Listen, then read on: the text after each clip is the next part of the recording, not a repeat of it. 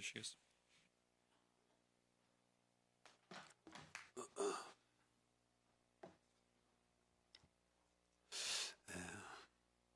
우리 2부 말씀, 1부 강단 말씀이에요.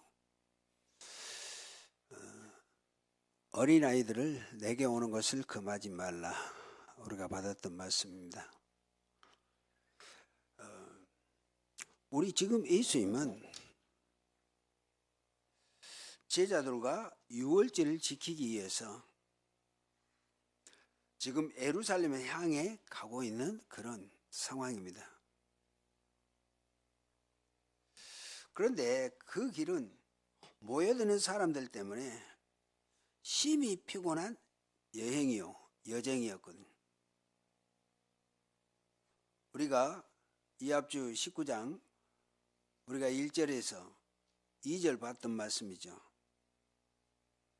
우리 예수님이 갈릴리를 떠나 요단강 건너 유대지경에 이르시니 큰 무리가 따르거늘 예수께서 거기서 그들의 병을 고치시더니 그랬거든요. 우리 예수님은 이제 예루살렘에 오르시면 거기에서 고난당할 것을 이미 우리 예수님은 알고 계시죠. 그래서 가능하면 동네마다 그냥 지나치지 않으셨습니다. 그래서 우리 예수님의 여행은 느리게 진행돼요. 큰 무리 그들에게 병든 자 있으면 다 고쳐주고, 그때 당시 병든 자 몸에 이상이 있는 사람은 의례껏 예수님한테 나왔고 또 따르게 됐겠죠.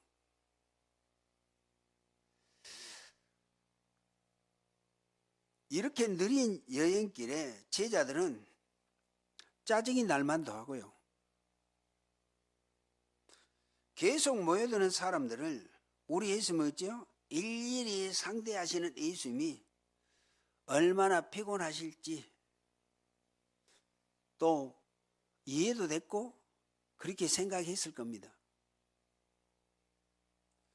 그런데 오늘 이 어린아이들까지 몰려드는 상황이거든요. 오늘께서 19장 13절에 그렇게 말씀하시죠. 그때 사람들이 예수께서 안수하고 기도해 주심을 바라고 어린아이들을 데리고 오매 제자들이 꾸짖건을 그러죠. 지금 제자들은 짜증이고 그런 상황이요.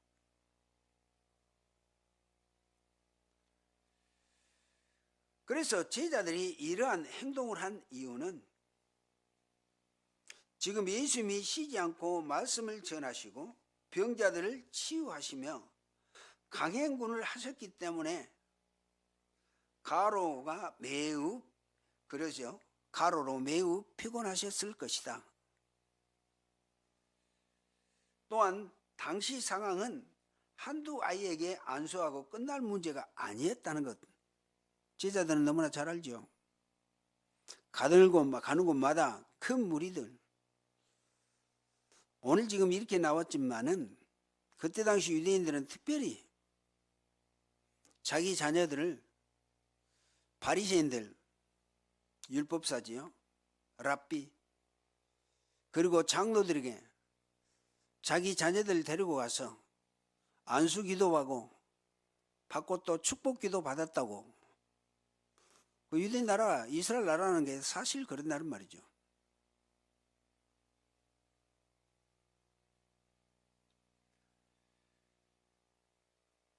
그래서 아이들을 둔 많은 부모님들이 이제는 우리 예수님을 만날 수 없는 길을 놓치지 않으려고 저마다 아이들을 살리고 그렇게 달려왔다는 것입니다. 그래서 제자들은 예수님을 보호하려는 차원이었을 것이라고도 우리가 생각이 되죠. 그런데 우리가 그 제자들의 우리 수준은 우리가 또 알고 있잖아요. 우리가 18장 1절에 천국에서는 누가 큰 자이니까 그 제자도요. 그래서 제자들이 우리 예수님한테 안수기도도 받고 축복기도 받으려고 데리고 왔더니 그 부모들을 꾸짖었다는 말입니다. 하지만 이와 같은 제자들의 행동은 예수님의 제자로서는 바른 행동이 아니에요. 그들은 아직까지도 예수님을 아는 지식이 아직 부족했단 말이에요. 만일 제자들이 예수님이 누구시며 무엇 때문에 이 세상에 오셨는지를 정확하니 알고 있었다면 예수님을 만나고자 찾아온 그 어떤 사람도 제지하니 아니해야 될 것입니다. 그러죠?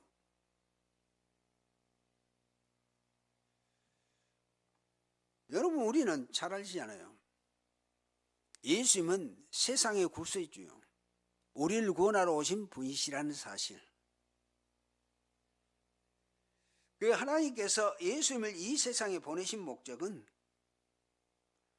사람들이 그를 믿고 구원을 얻도록 하시기 위함입니다. 우리가 요한복음 3장 16절 늘 하는 얘기죠. 하나님이 세상을 이처럼 사랑하사 독생자를 보내주셨으니 이는 그를 믿는 자마다 멸망하지 않고 영생을 얻게 하려 하심이라.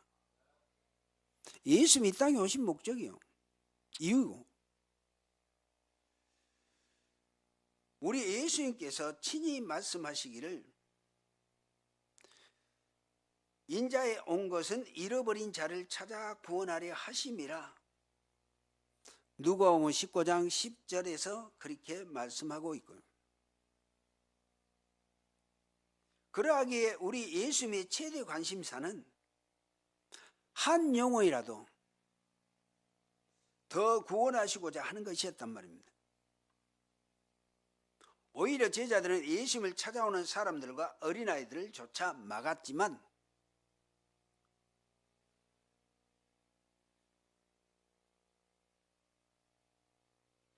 그래서 그때의 제자들의 이러한 행동은 오늘날 교회에서도 적지 않게 일어나고 있는 상황입니다. 우리 교회 여러분들은 어쩝니까? 우리가 예수님의 마음을 진심으로 헤아릴 줄 안다면 우리는 사람들을 강권하여 교회로 인도하는 것이 마땅합니다.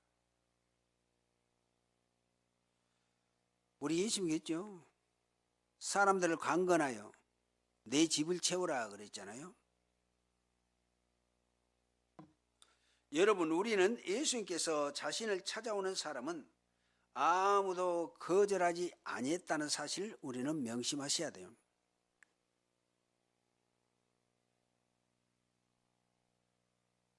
예수님은 나병한 자, 세리, 가늠하다 현장에 잡혀온 여인, 귀신 들린 사람들, 사회가 예민한 사람들, 십자가에 또 달릴 강도에까지 그 어느 곳도 예면하신 적이 없으신 분이 우리 예수님이십니다.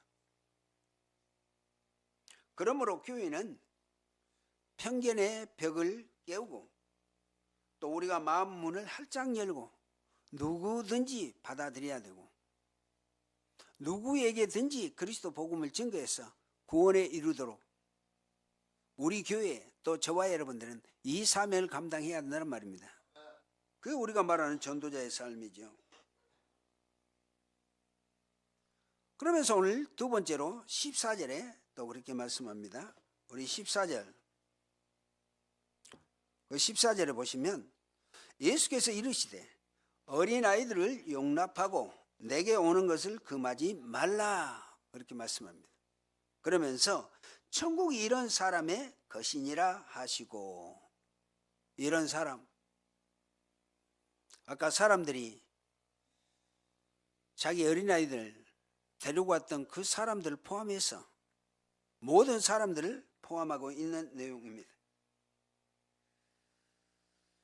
그래서 우리 예수님은 마태복음 18장 3절에서 너희가 돌이켜 어린아이들과 같이 되지 아니하면 결단코 천국에 들어가지 못하리라. 우리 예수님이 하신 말씀이에요. 천국에서 누가 큰 자이니까 그렇게 했을 때 우리 예수님이 어린아이 데려다 놓고 그렇게 설명했던 거 우리가 잘 알고 있죠. 이 말씀에서 보여주듯이 우리 예수님께서 찾아오셔서 구원하시려는 사람은 이런 어린아이와 같은 사람들이란 말입니다.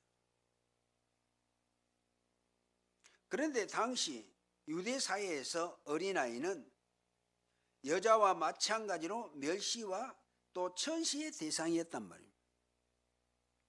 유대인들 이스라엘 나라 그랬잖아요. 어린아이와 여자들은 숫자에도 넣지 않았다니까요. 옛날에 우리나라 같으면은 여자들은 족보에도 안 올리는 그런 상황이에요.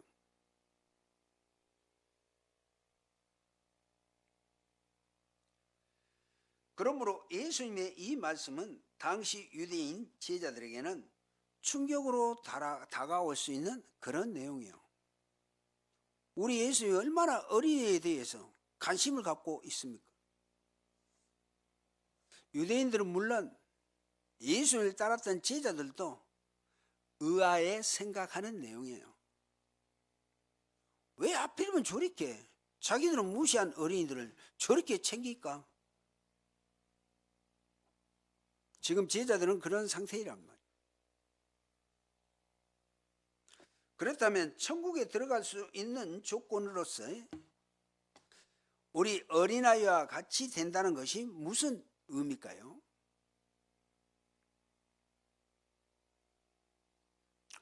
우리가 이 말씀은 어린아이와 같이 천진난만하고 순결한 사람이 천국에 들어갈 수 있다는 말씀은 또 아니기도 합니다.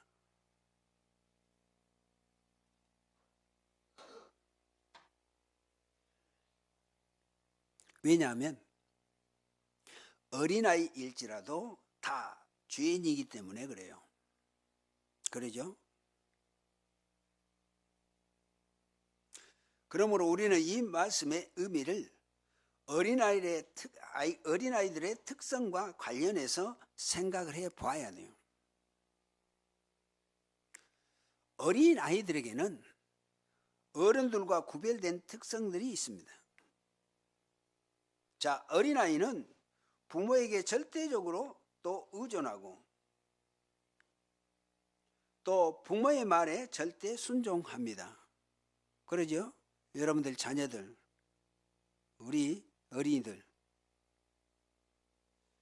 그리고 가르침을 받아들이는 데 있어서 계산하지 않고 믿고 받아들여요. 그러니까 우리 어린아이들 순전하다고 그러잖아요.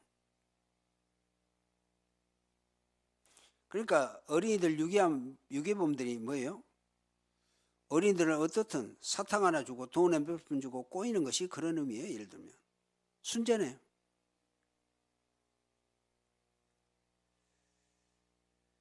그래서 다시 말해서 어린아이가 부모님을 의지하고 그 가르침에 순종하듯 자신의 연약함을 인정하여 하나님께 절대적으로 의지하고 그 교훈하심에 순종하는 그런 자가 천국을 소유할 수 있음을 말씀하고 계신다는 말입니다.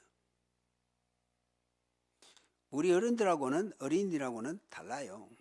생각하는 자체가요.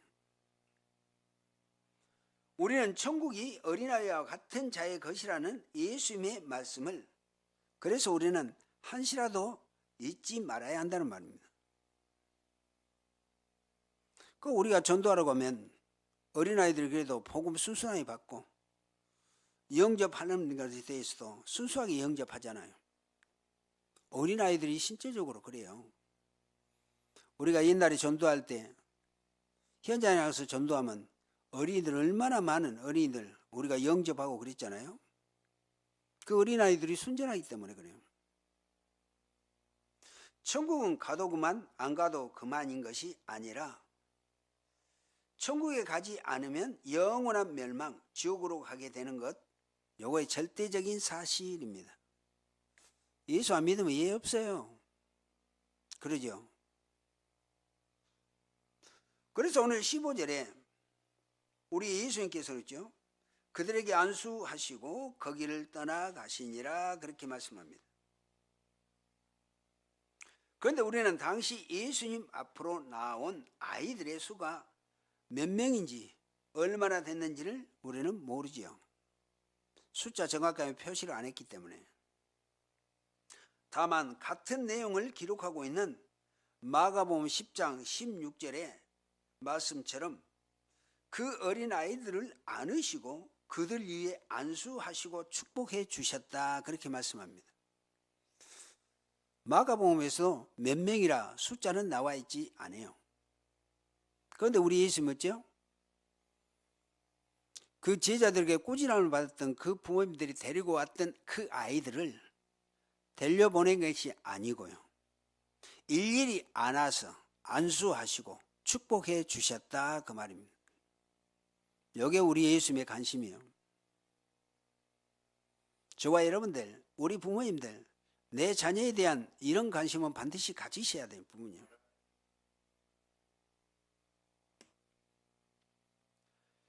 이러한 예수님을 우리는 본받아야 하며, 그러므로 교회에 찾아오는 어린이들과 사람들을 예면해서는 안 된다는 말이죠. 우리가 뭐 예면해서 돌려보내지는 않죠. 뭐 안 오니까 문제지. 그들이 누구며 어떤 동기에서 찾아오게 되었는지 간에 그들에게 말씀을 돌려주고 기도해 줘야 돼요. 우리 전도 대상자들 꼭 기도하자는 것은 다른 게 아니죠. 또한 예수님은 우리에게 누가복음 6장 28절에 너희를 저주하는 자를 위해서도 축복하며 우리를 모욕하는 자들을 위해 기도하라고 말씀하시고 있습니다.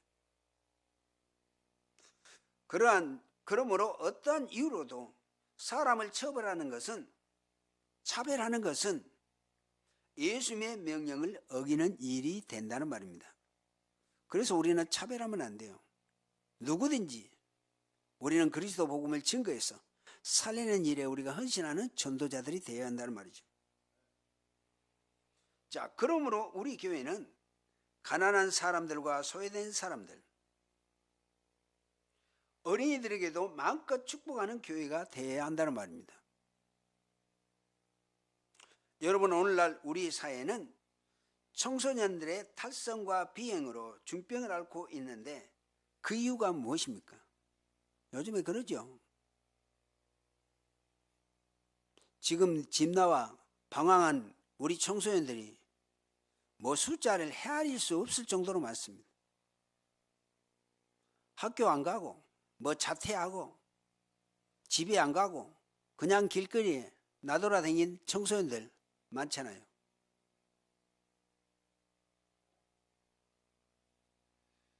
먹을 것이 부족했습니까? 용돈이 적었습니까? 충분히 좋은 집에서 살며 좋은 음식을 먹고 있음에도 그들이 바르게 자라지 못한 것은 그들이 꿈이었기 때문에 다른 거 없습니다. 꿈이 없다는 거죠. 미래 자기에 대한 비전이었기 때문에. 교회가 아이들에게 꿈과 비전을 보여주지 못했고 또 바르게 가르치지 못한 결과라고 우리가 할 수 있습니다. 많은 교회들이 아이들에게 필요한 것을 가르치지 못하고 아이들을 비유를 마치고 세상 유행에 따라가도록 우리는 그 일에 바빴거든요. 우리 후대들 우리가 잘 관리해주고 인도해줘야 될 부분은 참 이런 데 있습니다. 우리 애기들이 그래요. 우리 자녀들도 하나님한테는 예배 말씀보다도 세상 것에 더 실제적으로 많이 중독돼 있다시피 하잖아요.